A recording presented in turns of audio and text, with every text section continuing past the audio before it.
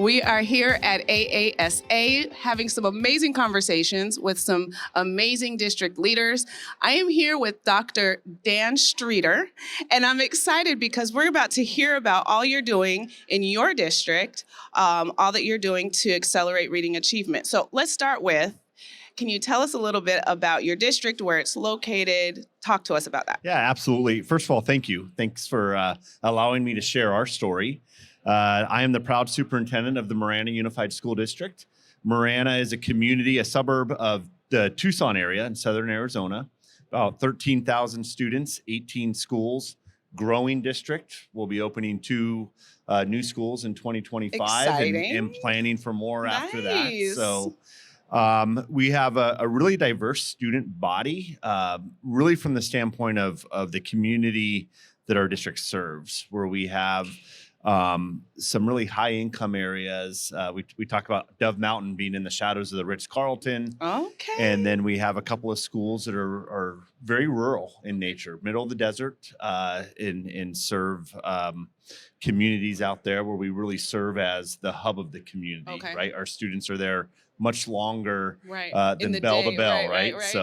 So diverse community from that standpoint, but really a dynamic staff, dynamic student body, and really great parents that support our work. That sounds exciting. You've got the whole stretch of the line. So what are you all doing as it relates to literacy to move the needle and accelerate reading achievement in your district? Yeah, so our story really starts. Well, it would start well before the pandemic, but as we were talking before this, the pandemic shed a light on some things in our district. Coming out of the pandemic, we took a look at our literacy scores, and there was really a call to action that we were going to have to be much more intentional with what we were doing with regards to early literacy strategies and how do we move our kids from learning to read to that point where they're then reading to learn, right? And so coming out of the pandemic, we saw those challenges, but the reality is those challenges existed before the pandemic. But we use this as an opportunity. This was that sense of urgency that was in place that allowed us to kind of take that action.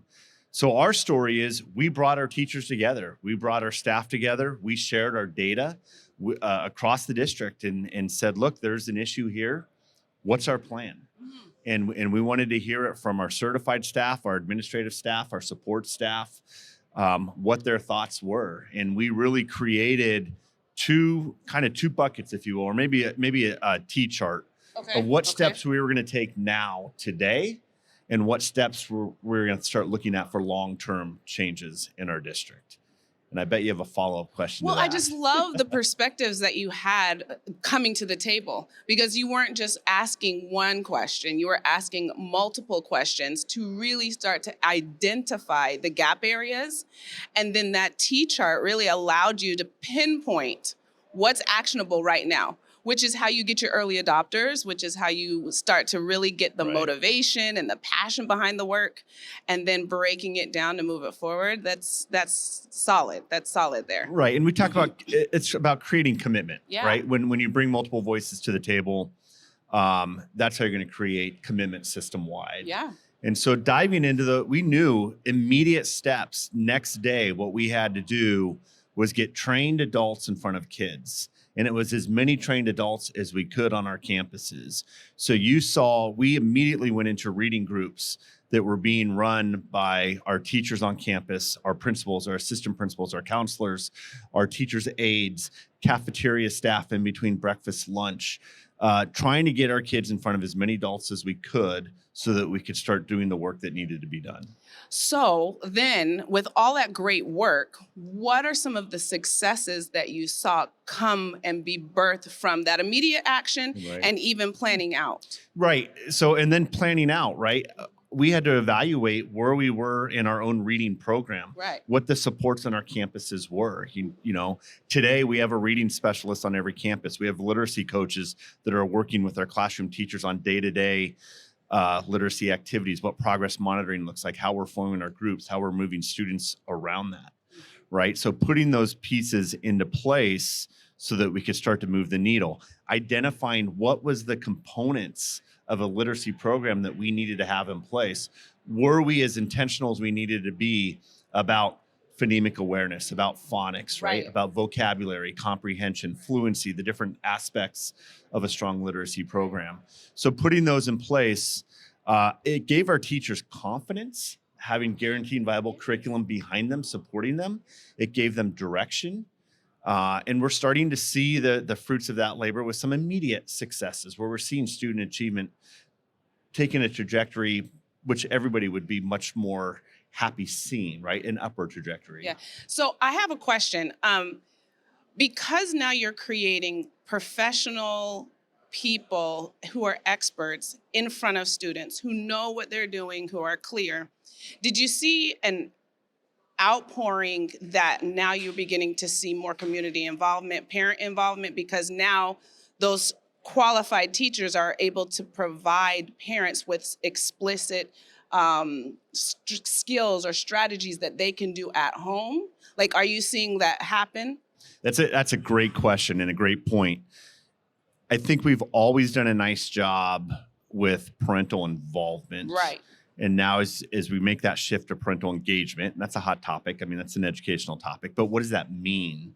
It's not just giving parents the tools at home to help support their child in kind of their everyday living skills, but now how do you help your child become a much more literate student going forward? So it was sharing our literacy strategies with our parents so they could support at home. Great program that I'm really excited about is, and we're piloting this on 2 schools, but now bringing parents into our schools, which we've always done, but having parents come in and training them in our literacy program and having them run reading groups on our campuses. A much different level of parental engagement. They're running the reading groups in your classrooms. Part of our trained adults. Wow. Why would you not tap into parents that could come and be a part of Wow. that solution? Tell me more about that. Like, you've already piloted it, right? So we're in 2 of our schools. We've always had parent volunteers. Right. I think traditionally parent volunteers are making Stapling copies, papers. stapling, cutting things out. Right.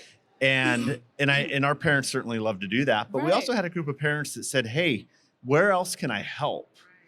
And so that's where we stepped in and said, look, we have a reading specialist on campus. We have literacy coaches. Wow. Let us train you and let you become part of the solution, working with small reading groups, helping us with the progress monitoring, helping us with making the movements forward. So excited about it.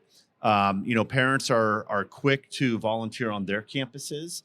Now we're looking at ways that parents can support not just their local campus, but other campuses across Right, their because district. if they have that skill set and you've now provided them with those tools, can you imagine what they can do in the centers and Absolutely. the YMCAs, if they even have those anymore? But just in the community to help students even outside of school, right? And it's a partnership. Parents are our partners. This is a core Absolutely. value in our district. Oh, wow. And this is a great example of how we're doing that. Wow, that is really awesome. I love that. So have you experienced any setbacks, or what are some of the challenges that you've faced in this work? This episode is brought to you by Just Right Reader.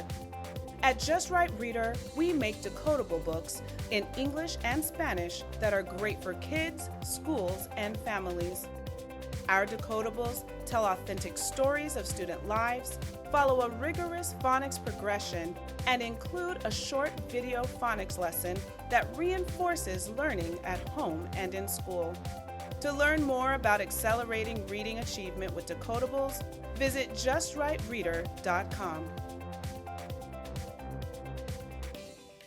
So any change initiative is going to bring challenges. Anytime you're putting a spotlight on challenges with regards to literacy, remember we had a group of teachers that were really effective at this, but we're doing it in isolation, right? And so while they were getting success, that's great, but how is that success happening in a vertical articulation movement? What was that meaning for students as they move through the system? Were we addressing the needs of all students? So making a big change, making a programmatic change, getting everybody on board is always a challenge. And that's where we use data constantly to identify our successes and to try to build momentum off our successes. I think the other thing that's critical for school leaders and school districts is making sure that your governing board is a part of this process. Yeah.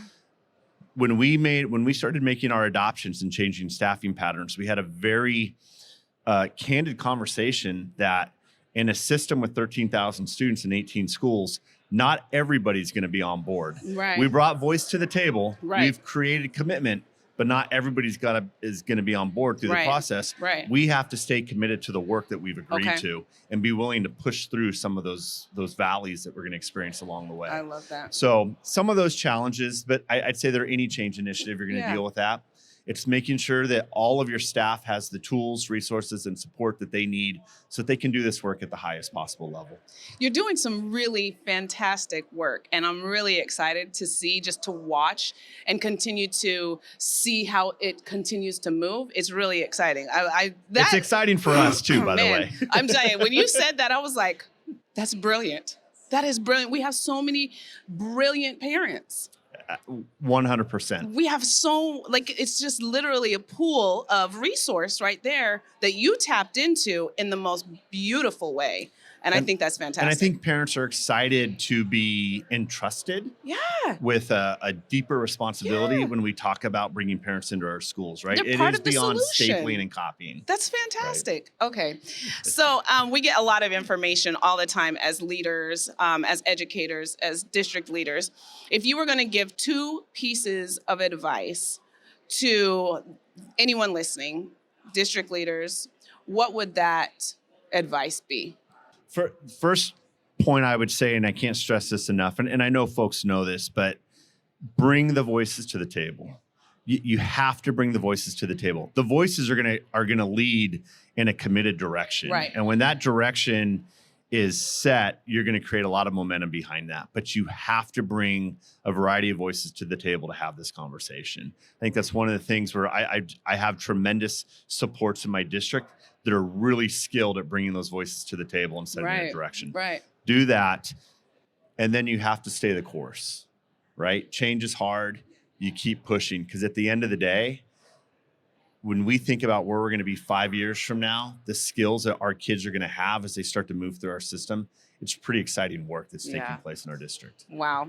Well, thank you so much for joining us. I appreciate your time, right? We get so much valuable information in these short conversations because it's like quick and to the point.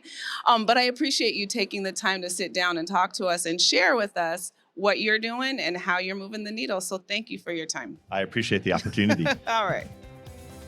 Thanks for joining us. If you found this conversation valuable, please subscribe and leave a review on your favorite podcast platform. We will see you next time on Science of Reading Leadership, guiding minds, transforming lives.